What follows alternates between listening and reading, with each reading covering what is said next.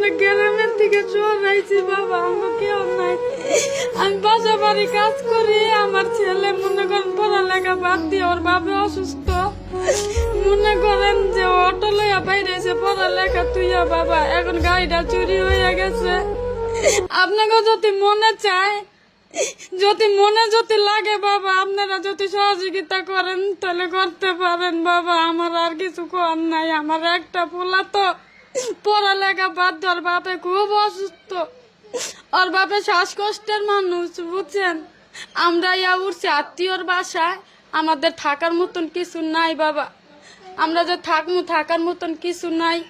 ওর বাপে অসুস্থ, আমরা আইসি চিকিৎসার লইগিয়া আইসা মনে করেন যে ঢাকা শহরে কেউ তো মনে করেন থাকার জায়গা দেয় না, খাওয়ার জায়গা দেয় না বাবা, বুঝছেন। এখন মনে করেন যে কি করবো, পরিস্থিতি শিকার হইয়া ঢাকা শহরে আইসা ওর বাপের চিকিৎসার জন্য মনে করেন ভাইয়ের আত্মীয়র বাসায় উঠছি। আমার ছেলেটা পড়ালেখা বাদ দিয়া বাবা অটো নিছে, আমার ছেলের গাড়িটা বাবা নিয়ে গেছে। এই গাড়িটা কি তার নিজের কেনা ছিল নাকি ভাড়া চালাইতো? না, ও ভাড়া আর কি ওই ভাড়া চালাইতো, বুঝছেন।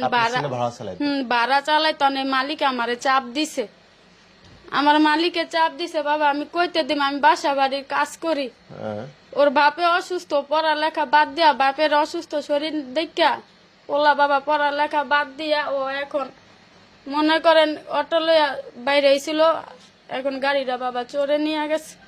আচ্ছা, কিভাবে হলো? আচ্ছা ছোট ভাই বলো তো কি হয়েছে, তুমি একটু আমাদেরকে একটু ক্লিয়ার করে বলো তো।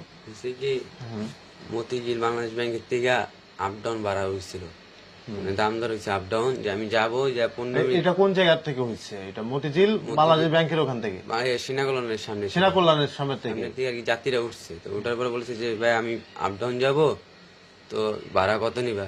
পরে আমি বললাম যে আপ ডাউন যেতে যাবেন, আবার মুখ দিয়ে যাবেন, অনেকক্ষণ দাঁড়াবেন, আমার তো সময় লাগবে অনেক, তো আপনি 300 টাকা দিবেন।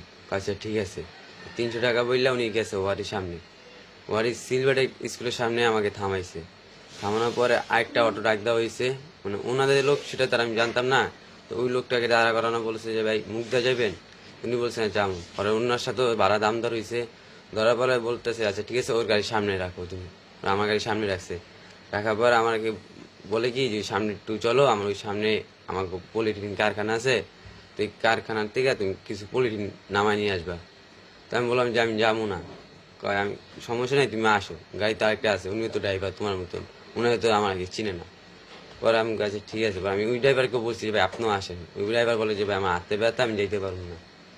পরে আমাকে নিয়ে গেল একটু সামনে, নেওয়ার পরে বলে কি যে ভাই এই একটা বাসা দেখে দিচ্ছে, যে বাসার থেকে পলিথিন নামবে, ওই যাও তোমার গাড়িতে যদি তেনা থাকে তেনাটা নিয়ে আসো, কারণ মাথা তোমার ব্যথা বাবা, তাহলে তুমি তেনাটা নিয়ে আসো। আমি তেনাটা নিয়ে গেছি, যার পরে দেখি লোকটা নেই। পরে লোকটা নাই, আমি দৌড়ে আসছি, আসার পরে দেখি অটো রিক্সাওয়ালা নাই, আর আমার রিক্সাটাও নেই।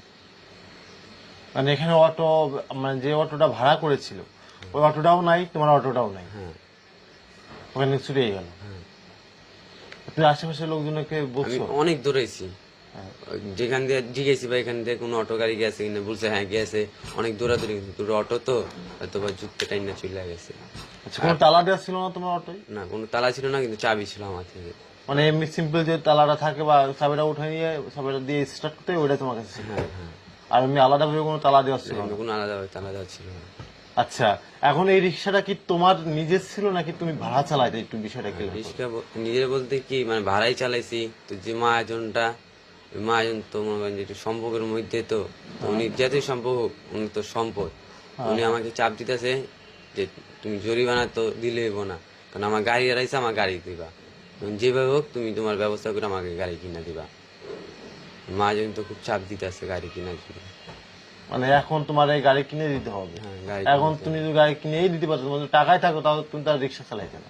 সেটাই। এখন এই টাকা তো তোমার কাছে নাই। আমরা তো মনে করেন যে অসহায় দেখেই তো মনে করেন আমাদের, আমরা যে একবেলা খামু, আমাকে ওই তৌফিকটা নাই কে, একবেলা যে খামু, মাইসের বাসায় কাজ করি, বিনিময়ে যা পাই তাই মনে করেন আইসা তাগর লগে মনে করেন যার কাছে থাকি। এখন আমরা ঘর নেই থাকি বাইরের কাছে, বাইরে একটু হেল্প করি। যে আমরা বাবা ঘর বাড়ি কিচ্ছু নেন, আমরা শহরে আইসি চিকিৎসা লেগে আইসা বাবা মানে আমার পোলায় যেমন বড় বিপদে পড়বো এটা তো বাবা বুঝতে পারি নাই কে। এখন হেরা চাপ দিছে এগো গাড়ি দিতাম, বাবা আমি কইতে দিমু গাড়ি, আমি খাই মাইসের বাসায়। আর আমার একটা ছেলে বাবা পড়ালেখা থুইয়া আমার এই ছেলেটা অটো নিছে আমার সংসারে হাল ধরার লেগে। তা আমার ছেলেটা বুঝতে পারে না যে এরকম হইব বাবা। বাবা আমরা কইতে দিমু এই গাড়ির জরিমানা বাবা, আমার তো তেমন ক্ষমতাও নাই গা। আমি কি করবো বুঝছেন? এখন আপনি কি বলতে চাচ্ছেন? আপনি আসলে কি চাচ্ছেন মানুষের কাছে? মানুষে যদি আমার কেউ যদি হেল্প করতো, যদি হ্যাগো যদি মনে যদি চায় বাবা, আমার একটু কি হ্যাগো কাছে প্রার্থনা জানাই যে তারা যদি মনে করে যে আমি অসহায় একটা মানুষ, একটা মা, একটা সন্তান যে সে যে ফিরা পাইছে, এইটাই তো হের কাছে অনেক ইয়া বাবা। এখন তারা যদি মনে করে যে না সে একটা ইয়া করতেছে, ঠিক আছে বাবা, আমি ওই রকম ধরনের কিছু না। আচ্ছা, পুলিশ প্রশাসনকে আপনারা কমপ্লেন করেছেন কিনা একটু বলুন তো?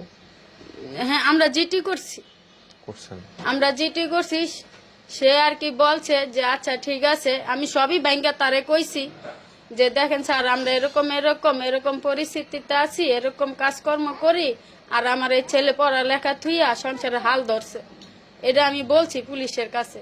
তখন তিনি বলছে যে আচ্ছা ঠিক আছে আপনারা আবার রবিবার আইসেন, আইসা তারপরে আরেকটা ব্যবস্থা আমরা দেখি করতে পারি কিনা, যেতে গাড়ির নাম্বার নাই কা, তারপরও দেখি আমরা চেষ্টা করতে পারি কিনা।